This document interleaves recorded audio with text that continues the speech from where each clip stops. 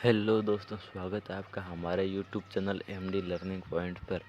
तो आज जो हम है वो राजस्थान जी के जो अति महत्वपूर्ण क्वेश्चन है जो कि लगभग एग्जाम में है वो रिपीट होते रहते हैं। तो आज हम है वो उनको पढ़ेंगे। तो चलते हैं वीडियो में, बने रहे हमारे साथ। तो इसी के साथ हमारा पहला क्वेश्चन है, वैभवशाली कलात्मक नगरी। क्या कहा है कि वैभवशाली कलात्मक नगरी चंद्रावती पर 11वीं-12वीं शताब्दी में किस वंश के शासकों का शासन रहा? किस वंश के शासकों का शासन रहा 11वीं-12वीं में चंद्रावली में?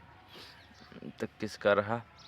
गुर्जर प्रतिहारों का, आबू के परमार का, या चौहान सांबर के चौहान, या गुहिल या सिसोदिया? तो किसका रहा है? वो रहा है आबू के परमार का। इसी के साथ हमारा जो अगला क्वेश्चन है वो है, छत्रपाल राजस्थान की संस्कृति का एक महत्वपूर्ण पहलू है। छत्रपाल है वो राजस्थान की संस्कृति का एक महत्वपूर्ण पहलू है। पूजा जाता है तो ग्राम देवता के रूप में, ग्राम अधिकारी के रूप में, एक पुरुष के रूप में, एक संत के रूप में। छत्रपाल है वो एक नहीं पहले वो है राजस्थान की संस्कृति का पहलू है। छत्रपाल किसी को कहा जाता था, तो किसे कहा जाता था?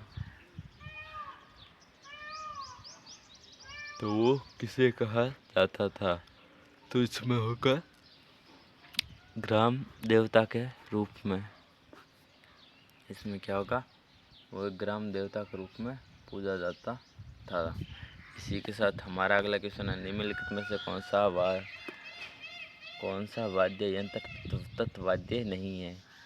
कौन सा वाद्य यंत्र है वो तत्वाद्य यंत्र नहीं है? एलगोजा, कामायचा जंतर, रावण हत्था। तो कौन सा वाद्य यंत्र है वो तत्वाद्य नहीं है? तो वो अलगोजा है, अलगोजा।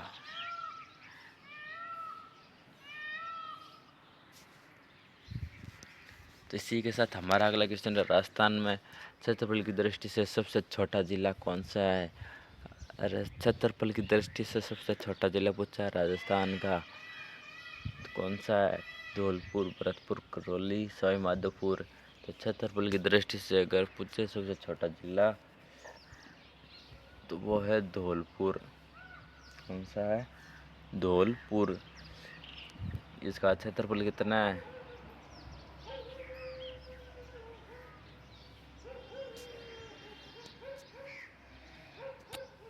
इसका क्षेत्रफल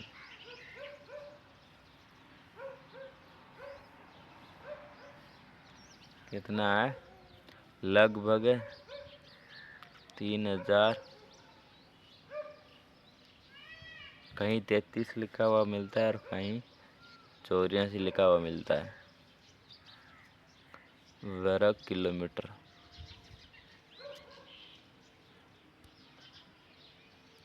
इसी के साथ हमारा अगला क्वेश्चन है, राजस्थान में विद्यालय एवं व्यापक शिक्षा योजना निर्माण, क्रियान्वयन एवं मूल्यांकन के लिए सर्वोच्च शैक्षिक संगठन है। तो सर्वोच्च जो शैक्षिक संगठन है वो कौन सा है? RSCERT। तो वह है उदयपुर,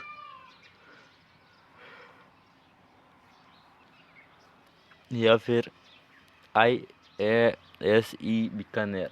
कौन सा? IASE बीकानेर, या फिर DIET डाइट जयपुर, या RIEE अजमेर। तो कौन सा है? राजस्थान में विद्यालय एवं व्यापक शिक्षा योजना निर्माण का क्रियान्वयन एवं मूल्यांकन के लिए सर्वोच्च जो शैक्षिक संगठन है वो है RSCERT उदयपुर। इसी के साथ हमारा अगला क्वेश्चन है, कोटा के किस शासक के काल को कोटा स्कूल की चित्रशैली का उत्कृष्ट काल माना जाता है? कोटा के किस शासक के काल को कोटा स्कूल की चित्रशैली का उत्कृष्ट काल माना जाता है? कोटा स्कूल की चित्रशैली का तो महाराव शत्रुसाल सिंह प्रथम, महाराव किशोर सिंह, महाराव शत्रुसाल सिंह द्वितीय या महाराव उमेद सिंह प्रथम? तो वो होंगे महाराव उमेद सिंह प्रथम के काल को है वो कोटा स्कूल की चित्रशैली का उत्कृष्ट काल माना जाता है। इसी के साथ हमारा अगला क्वेश्चन है, जयपुर के महाराजा सवाई जय सिंह ने किन स्थलों पर वेधशालाओं का निर्माण करवाया था? तो जयपुर के महाराजा सवाई जय सिंह ने 5 वेधशालाओं का निर्माण करवाया था पूरे भारत में। तो 5 वेधशालाएँ कहाँ कहाँ है? जयपुर, वाराणसी, उज्जैन, इलाहाबाद, पटना है, या फिर जयपुर, वाराणसी, उज्जैन, मथुरा, दिल्ली है, या आमेर, बूंदी, दिल्ली, इलाहाबाद, अहमदाबाद, या जयपुर, उज्जैन, मथुरा, झांसी, पटना? तो सवाई जय सिंह ने जो निर्माण कराया था 5 वेधशालाओं का पूरे भारत में, वो है जयपुर, वाराणसी, उज्जैन, मथुरा और दिल्ली। इसी के साथ हमारा अगला क्वेश्चन है, भारतीय संसद में राजस्थान के कितने सदस्य चुने जाते हैं? राजस्थान से कितने सदस्य चुने जाते हैं भारतीय संसद में? कितने चुन लीजिए, 20, 25, 40 या 35? तो भारतीय संसद की बात हो तो राजस्थान से 35 सदस्य चुने जाते हैं। इसी के साथ हमारा अगला क्वेश्चन है, निम्नलिखित में से राजस्थान में 1857 की क्रांति का केंद्र था? राजस्थान में 1857 की क्रांति का केंद्र कहाँ था? जयपुर, जैसलमेर, श्रीगंगानगर, नसीराबाद। और भारत की बात करें तो मेरठ, और मेरठ में 10 मई को।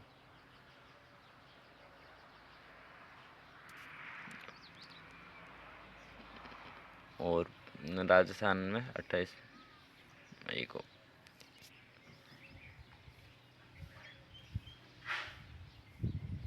इसी के साथ हमारा अगला क्वेश्चन है,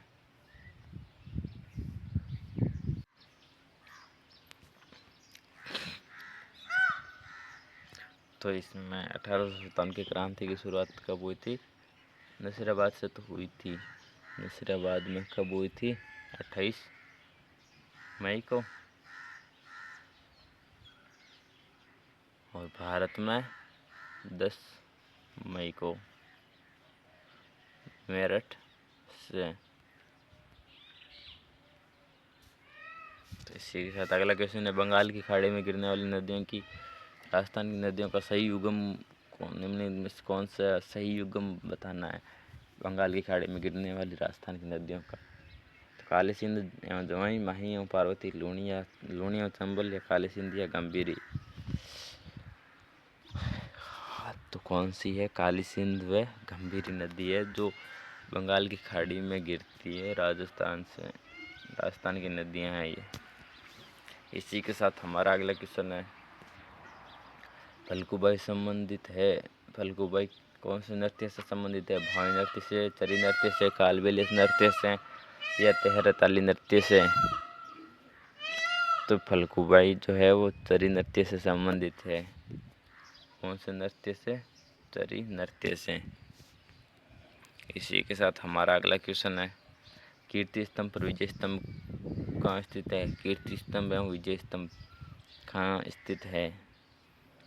चित्तौड़गढ़, राजगढ़, जोधपुर, बाड़मेर? अरे ऐसी सी बात है, चित्तौड़गढ़ है कीर्ति स्तंभ और विजय स्तंभ। शहीद भील बालिका कालीबाई निम्नलिखित किस स्थान से संबंधित थी? शहीद भील बालिका कालीबाई कहाँ से संबंधित है? राजतापाल, सागवाड़ा, बिछीवाड़ा, गोराखेड़ा? जो कालीबाई तो है वो राजतापाल से संबंधित है। इसी के साथ हमारा अगला क्वेश्चन है, राजस्थान में वर्ष 2011 की जनगणना के अनुसार 1000 पुरुषों के मुकाबले में स्त्रियों की संख्या का लिंगानुपात कितना है? अरे स्त्रियों का लिंगानुपात पूछा है। 2011 की जनगणना के अनुसार 928 है। कितना है? 928। इसी के साथ हमारा अगला क्वेश्चन है, भौराट का पठार राजस्थान के किन जिलों में फैला हुआ है? भौराट का पठार राजस्थान के किन जिलों में है? तो बात करें भौराट का पठार की, तो वह है उदयपुर और राजसमंद। उदयपुर और राजसमंद। इसी के साथ हमारा अगला क्वेश्चन है कि जनगणना 2011 के अनुसार राजस्थान के निम्नलिखित में से किन जिलों में जोड़े में सबसे कम साक्षरता है? ये जो जोड़े बने हुए दो दो जिलों के, इनमें सबसे कम साक्षरता वाले जिले कौन कौन से हैं? कौन से वो दो जिले हैं जिनमें साक्षरता दर है वो सबसे कम है?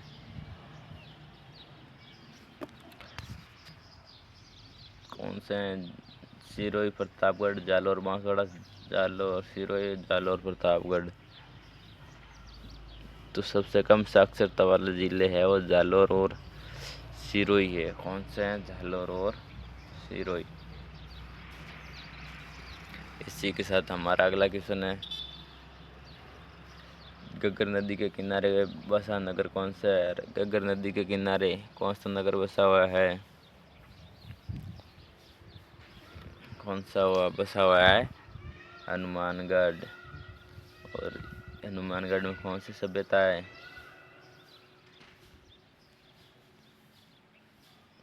कालीबंगा, पीलीबंगा।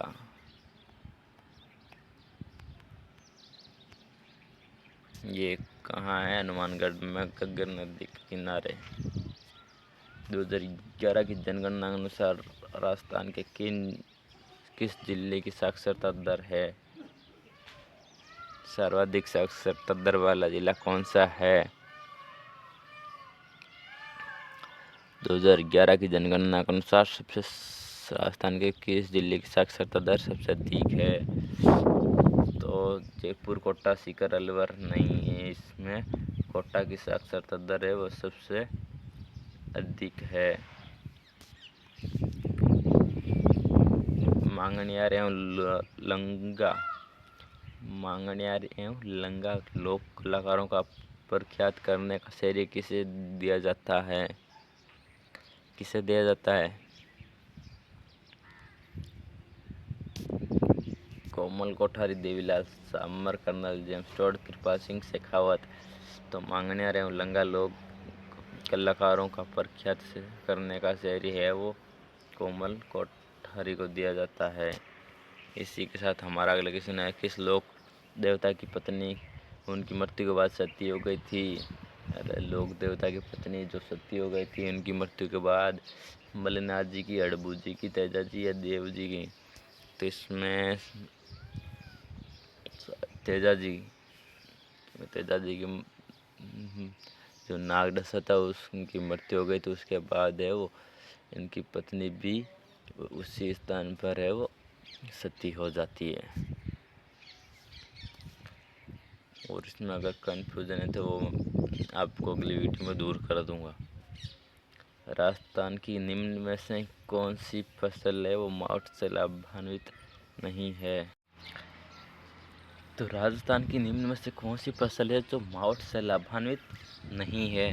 तो मावठ से लाभान्वित कौन सी नहीं है? गेहूँ नहीं है, चना नहीं है, सरसों या कपास। तो मावठ है वो शीत ऋतु में होने वाली वर्षा है। तो कपास है वो मावठ से लाभान्वित नहीं होता है। इसी के साथ हमारा अगला क्वेश्चन है, जल्ला गीत स्त्रियों द्वारा कब गाया जाता है? जो जल्ला गीत है वो स्त्रियों द्वारा कब गाया जाता है? कुआं पूजन करने जाते हैं उस समय, जल जूलनी एकादशी के अवसर पर, वर की बारात का डेरा देखने जाते हैं उस वक्त, या तीज पूजन के अवसर पर? तो जल्ला जो गीत है वो वर की बारात का डेरा देखने जाते हैं तब गाया जाता है। इसी के साथ हमारा अगला क्वेश्चन है, राजस्थान का मंडावा कस्बा पर्यटकों के लिए आकर्षक का केंद्र है, जो प्रसिद्ध हैं। तो किस लिए प्रसिद्ध है? सैन्य संग्रहालय के लिए, मंदिर समूह के लिए, राजप्रसादों के लिए, चित्रित हवेलियों एवं भित्ति चित्रों के लिए। जो राजस्थान का मंडावा कस्बा पर्यटक है वो किस लिए प्रसिद्ध है? किस लिए प्रसिद्ध है? चित्रित हवेली एवं भित्ति चित्रों के लिए। किस लिए प्रसिद्ध है? चित्रित हवेली एवं भित्ति चित्रों के लिए। इसी के साथ हमारा अगला क्वेश्चन है, शेख सादी की गुलिस्तान की पांडुलिपि का चित्रित करने वाला जो बलदेव है वो राजस्थान की किस शैली से संबंधित है? किस शैली से? बूंदी, अलवर, देवगढ़ या किशनगढ़? जो ये है वो अलवर शैली से संबंधित है। इसी के साथ अगला क्वेश्चन है, भारतीय प्राचीन लिपिमाला के लेखक है। अरे भारतीय प्राचीन लिपिमाला के लेखक कौन थे? कौन थे? गौरी शंकर हीराचंद ओझा। इनको GH ओझा भी मिलता है कहीं कहीं, नाम है वो शॉर्टकट में GH ओझा मिलता है, तो ऐसा भी आ सकता है। बाकी इसमें अगला क्वेश्चन है हमारा, झमर कोटड़े जो खाने हैं वो किस लिए प्रसिद्ध है? झमर कोटड़े की खाने किसके लिए प्रसिद्ध है? जिस शीशा और जस्ता है वहाँ पर इसलिए प्रसिद्ध है। रोक फॉस्फेट है उनके लिए प्रसिद्ध है। कैल्साइट के लिए प्रसिद्ध है। यूरेनियम के लिए प्रसिद्ध है। जो झमर कोटड़े की जो खाने हैं वो रोक फॉस्फेट के लिए प्रसिद्ध है। इसके लिए प्रसिद्ध है? रोक फॉस्फेट के लिए। रोक फॉस्फेट के लिए। इसी के साथ हमारा अगला क्वेश्चन है, रणखार के लेखक। अरे रणखार के लेखक कौन है? नंद भारद्वाज, मालचंद तिवाड़ी, जितेंद्र कुमार सोनी या मध्वाचार्य आशावादी? तो रणखार के लेखक है वो कौन है? जितेंद्र कुमार सोनी। कौन है? जितेंद्र कुमार सोनी। इसी के साथ हमारा अगला क्वेश्चन है, राजस्थान की अंतिम रियासत कौन सी थी जिसने ब्रिटिश ईस्ट इंडिया कंपनी की अधीनता है वो स्वीकार की थी? ईस्ट इंडिया की जो अंतिम रियासत कौन थी राजस्थान की? कोटा थी, उदयपुर थी, सिरोही थी या जोधपुर थी? जो राजस्थान की या राजपूताना की जो अंतिम रियासत थी वो थी सिरोही। ये सिरोही अंतिम रियासत थी जिसने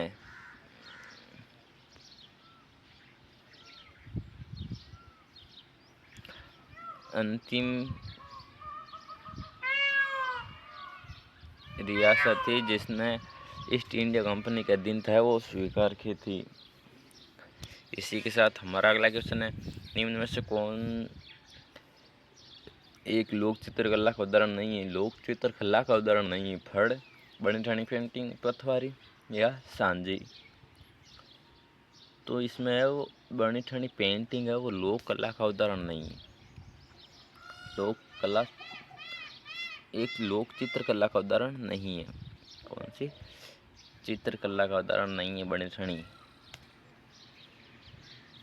इसी के साथ हमारा अगला क्वेश्चन है, कालीबंगा का प्रथम उत्खननकर्ता कौन था?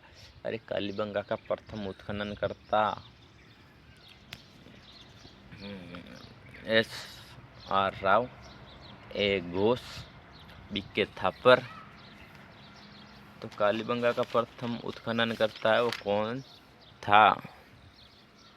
कौन था कालीबंगा का प्रथम उत्खननकर्ता? कालीबंगा का जो प्रथम उत्खननकर्ता है वो थे A घोष क्या BK थापर। कौन थे? BK थापर। इसमें 3 नंबर करेक्ट होगा क्योंकि उसने उत्खननकर्ता पूछा है। अगर पूछे कि खोजकर्ता कौन थे, सर्वप्रथम खोज किसने की थी?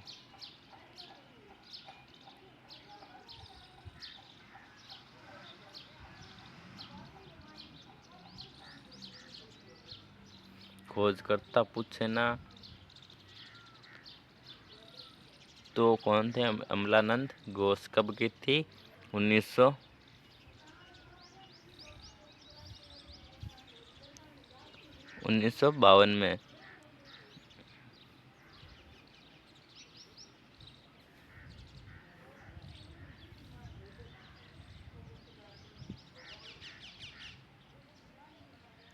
अमलानंद घोष ने की थी।